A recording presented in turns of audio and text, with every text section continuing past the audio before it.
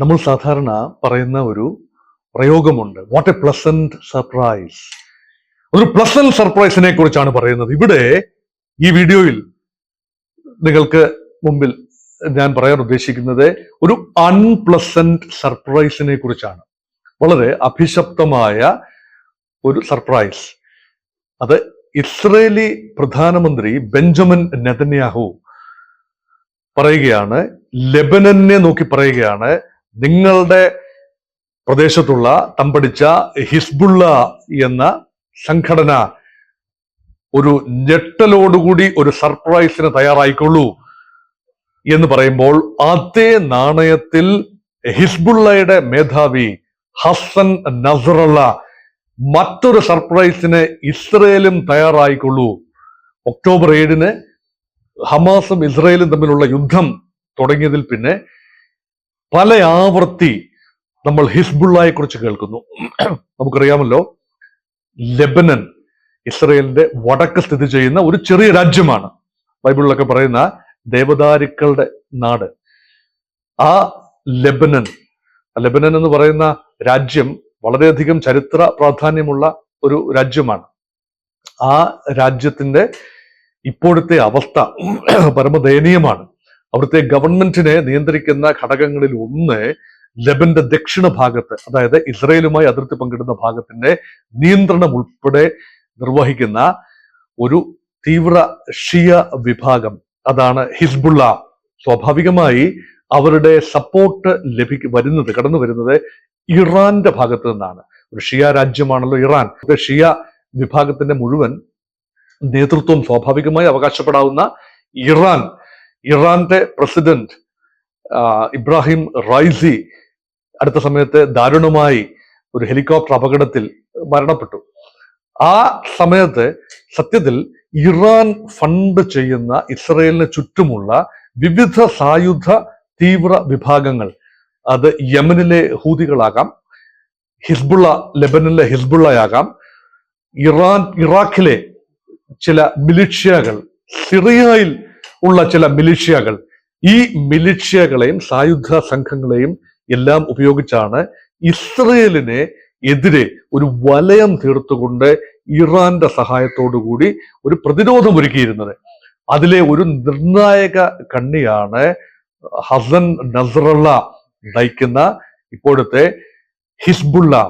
ആ ഹിസ്ബുള്ള 25 വർഷമായി, കഴിഞ്ഞ ഒരു 1/4 നൂറ്റാണ്ടോളമായി വലിയ തോതിൽ സംഘർഷം. അതിനു മുൻപ് തന്നെ ഹിസ്ബുള്ളയുമായി സംഘർഷമുണ്ട്, ലെബനനുമായി ഇസ്രയേലിന് സംഘർഷമുണ്ട്. പക്ഷേ ലെബനന്റെ തെക്ക് പ്രദേശത്തെ ഇസ്രയേൽ കൈയടക്കി വെച്ചിരിക്കുകയായിരുന്നു. പക്ഷേ ആ പ്രദേശം ഹിസ്ബുള്ള യോദ്ധാക്കളുടെ ശ്രമഫലമായി ഇസ്രയേലിന്റെ കയ്യിൽ നിന്നും മോചിപ്പിച്ച് അവിടെ ഒരു സമാന്തര ഭരണകൂടമെന്ന് പറയാനാവില്ല എങ്കിലും ലെബന്റെ മൊത്തം ഭരണത്തിൽ പങ്കാളിത്തം കൂടിയുള്ള ഒരു രാഷ്ട്രീയ കക്ഷിയായിട്ടും അല്ലെങ്കിൽ രാഷ്ട്രീയ പ്രക്രിയയിൽ പങ്കെടുക്കുന്ന ഒരു വിഭാഗമായിട്ട് പോലും ഹിസ്ബുള്ള മാറിക്കഴിഞ്ഞു. അപ്പോൾ ഹിസ്ബുള്ളയുടെ തലവന്റെ ഭാഗത്ത് നിന്ന് ഒരു പ്രഖ്യാപനം ഉണ്ടാകുന്നു, ഞങ്ങൾ അതിന് പകരം ചോദിക്കും. ഹമാസുമായിട്ടാണല്ലോ ഇപ്പൊ യുദ്ധം. ആ ഹമാസ് ലെബനനിലല്ല, മറിച്ച് ഗസയിലാണ്. അപ്പൊ ഗസയിലെ ഹമാസിനെ പൂർണ്ണമായി ഉന്മൂലനം ചെയ്താലും ഇസ്രയേലിന് ഇരിക്കപ്പുറത്തി ഇല്ലാത്ത ഒരു അവസ്ഥയാണ്. ഹിസ്ബുള്ളയിൽ നിന്നാണ് എക്കാലത്തും ഹമാസിനേക്കാൾ കൂടുതൽ സുരക്ഷാ ഭീഷണി ഇസ്രയേൽ അനുഭവിക്കുന്നത് ഹിസ്ബുള്ളയിൽ നിന്നാണ്. കാരണം 1 ലക്ഷത്തോളം സായുധ പോരാളികളുണ്ട് എന്നാണ്.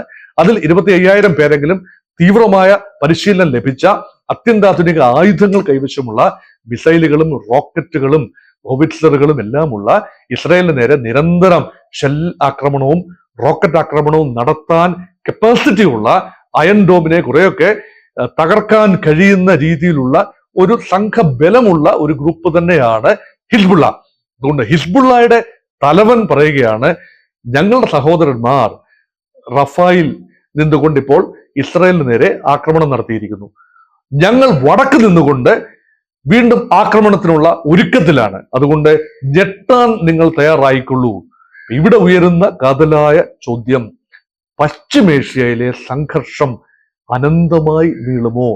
ഇറാന്റെ പ്രസിഡന്റിന്റെ അപകട മരണം, അത് അപകടമാണ് എന്ന് ഇറാൻ പോലും സ്ഥിരീകരിക്കുന്നു.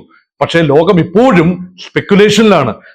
ഇസ്രയേലിന്റെ രഹസ്യാന്വേഷണ വിഭാഗമായ മൊസാദിന്റെ കരങ്ങൾ ഇതിന് പിന്നിലുണ്ടോ എന്ന് ഇപ്പോഴും ന്യായമായ സംശയമുണ്ട്.